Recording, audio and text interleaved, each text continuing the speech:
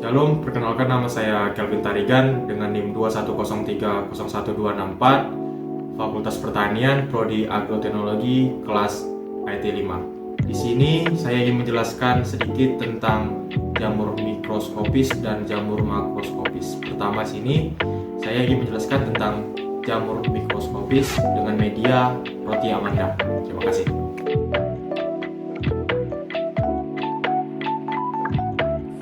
Apa sih pengertian dari jamur mikroskopis? Nah, pengertian jamur mikroskopis adalah jamur yang hanya bisa dilihat dengan menggunakan mikroskop. Nah, contoh-contoh jamur mikroskopis itu apa aja? Seperti ada jamur yang berada di tempe dan ada jamur yang berada di roti.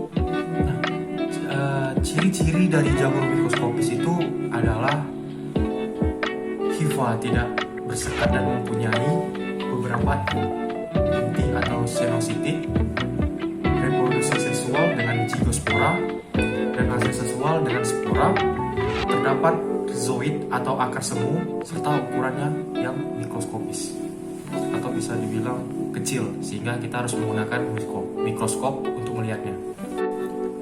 Nah, gimana sih cara menumbuhkan jamur di roti? Nah, jamur di roti itu kenapa bisa tumbuh? Karena saat kita meninggalkan roti di dalam keadaan yang lingkungan yang lembab, serta lingkungan yang lembab, gelap dan tertutup, serta suhu yang sangat pas untuk menumbuhkan jamur, sehingga dalam waktu beberapa hari atau 1 hari atau 2 hari jamur akan mulai tumbuh di atas permukaan lapisan roti tersebut. Dalam praktikum ini saya ingin menggunakan media roti. Kenapa saya ingin menggunakan media roti? Karena menurut saya menumbuhkan jamur di atas lapisan atas media roti itu sangat mudah. Perlakuan yang saya lakukan dalam menumbuhkan jamur di atas lapisan roti hanya menyimpan 4 lapis roti di dalam box roti tersebut, dan saya hanya menutup box roti tersebut dengan rapat-rapat,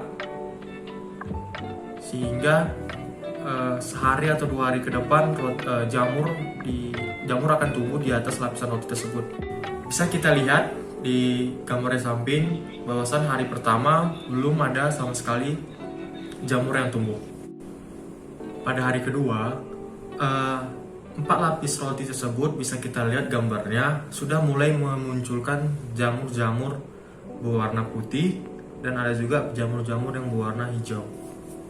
Pada hari ketiga dan keempat, jamur-jamur tersebut pun makin lama makin menyebar, sehingga menutupi lapisan atas dari roti Amanda tersebut. Bisa kita lihat dari gambar di samping ini, makin banyak jamur-jamur yang berwarna putih dan jamur-jamur berwarna hijau. Jika kita zoom gambar tersebut, ada juga jamur-jamur berbintik warna orange kecil, sangat kecil bintik-bintik oranye itu, tapi tidak banyak. Pada hari terakhir atau bisa kita bilang hari kelima, jamur-jamur tersebut sudah menyebar luas di atas permukaan lapisan roti tersebut. Ada bintik-bintik warna putih, hijau, dan bintik-bintik yang warna oranye yang saya bilang pada tadi itu sudah mulai tertutupi oleh jamur yang berwarna putih. Nah, dari video yang kita lihat tadi, daripada hari pertama sampai hari kelima, bisa kita simpulkan bahwasannya ada 3 faktor yang mempengaruhi pertumbuhan jamur di atas lapisan roti tersebut. Yang pertama yaitu suhu, yang kedua itu kelembapan, dan yang ketiga itu kurang masuknya cahaya. Setelah kita mempelajari pertumbuhan jamur mikroskopis di atas lapisan roti, sekarang kita akan mempelajari tentang pertumbuhan jamur makroskopis.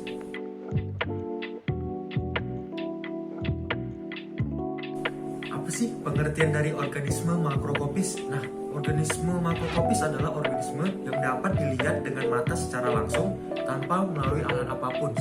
Atau kita bisa juga melihat jamur makroskopis di samping pohon yang sudah mati.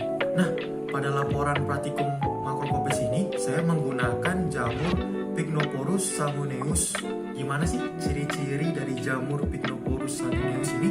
Nah, ciri-cirinya itu tubuh buah berbentuk kulit kerang, ini tipis dia berbentuk kulit kerang, kemudian eksentrik melekat pada substrat, hampir duduk atau bertangkai, sangat pendek, berdiri sendiri atau tumbuh dalam kelompok-kelompok kecil, tebalnya itu 1-3 mm.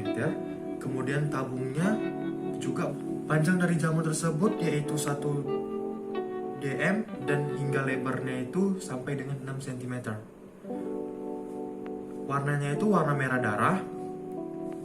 Tetapi bila jamur tersebut kering, warnanya itu akan berubah menjadi warna jingga.